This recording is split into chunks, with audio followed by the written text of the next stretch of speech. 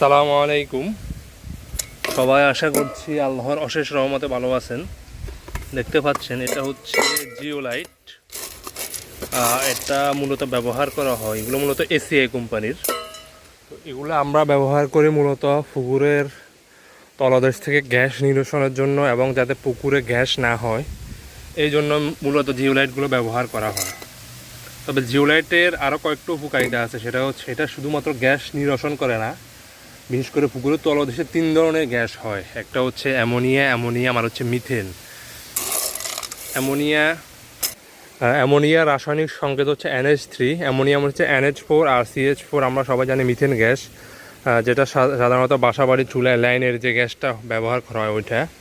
তো জিওলাইট এই গ্যাস সবচেয়ে বেশি কার্যকর হয় বিশেষ করে গ্যাস নিরসনের জন্য থেকেও, গ্যাস যাতে পুকুরের তলদেশে না জমে, অর্থাৎ ওরা পুকুরের তলদেশে NH4 NH3 এদের সাথে একটা রিয়াকশন করে এমন একটা রাসায়নিক বন্ধন তৈরি করে যাতে পুকুরের তলদেশে গ্যাস না হয়। আর ওরা গ্যাস নিরসনের কাজটাও করে, তবে সেটা খুব ধীর গতিতে করে। আপনি যদি পুকুর থেকে ইনস্ট্যান্ট গ্যাস দূর করতে চান তাহলে আপনাকে ব্যবহার করতে হবে অ্যামোনিয়া গ্যাস উঠানোর যে ট্যাবলেটগুলো আছে, বিশেষ করে গ্যাসোলিন যে ট্যাবলেটগুলো আছে ওগুলো ব্যবহার করতে হবে। তো আমি যেহেতু মন্থলি ডোজ করব, অর্থাৎ প্রতি মাসে যাতে গ্যাস না হয় এর জন্য কাজ করবো, এই জন্য জিওলাইট ব্যবহার করতেছি।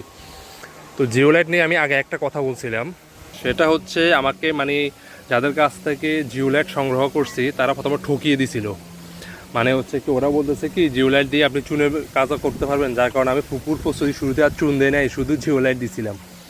এর কারণে আমার অনেক ক্ষতি হয়েছে। বিশেষ করে পুকুরের উপরে আপনারা একটা স্তর দেখতে পারবেন, শ্যাওলার স্তর।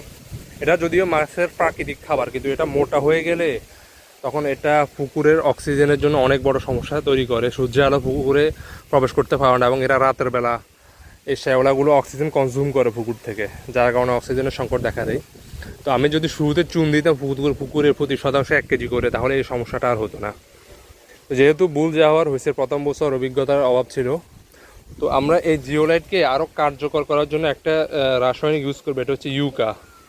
এটা সাধারণত আপনারা যারা পোলট্রি ফার্মার নিয়ে বা ডেইরি খামার নিয়ে যাদের অভিজ্ঞতা আছে তারা জানেন। এটা পোলট্রি মুরগিকে খাওয়ানো হয় বা মুরগিকে খাওয়ানো হয় পেট থেকে গ্যাস, অতিরিক্ত গ্যাস হলে সেটা নিরসনের জন্য। আর মুরগির খামারেও ফ্লোর বা মেজে পরিষ্কার করা খেতে ব্যবহার করা হয়। আর এটা যদি আমি জিওলাইটের সাথে মিশিয়ে রাখি তাহলে এর কার্যকারিতাটা আরও বেড়ে যাবে। তো আজকে আমি আপনাদেরকে দেখাবো কীভাবে এটা মিক্স করে জিওলাইট প্রয়োগ করতে হয়। আমি এখন ইউকাটা ভালো করে পুকুরের জিওলাইটের উপর হালকা হালকা ছিটিয়ে দেব। এরপর এটা ভালো করে মিক্স করতে হবে।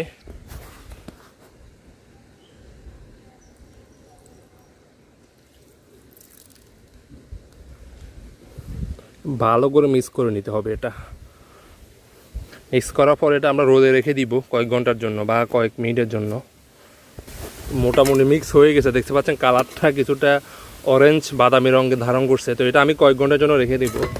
আর আজকে পুকুরের পাড়টা পরিষ্কার করতে হবে। পাড় পরিষ্কার করার পরে জিওলাইটগুলো প্রয়োগ করব।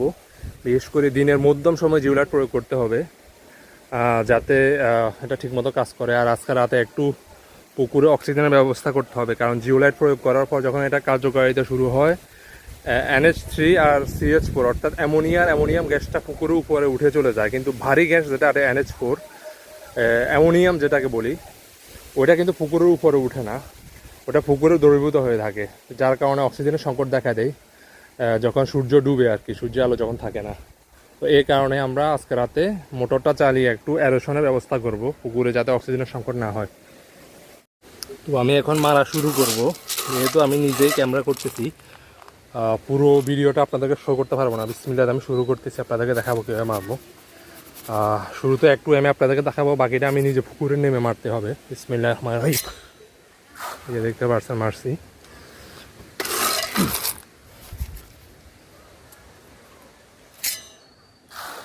এক জায়গায় পড়ে গেছে। তো ঠিক আছে, সবাইকে ধন্যবাদ, দোয়া করবেন। আসসালামু আলাইকুম।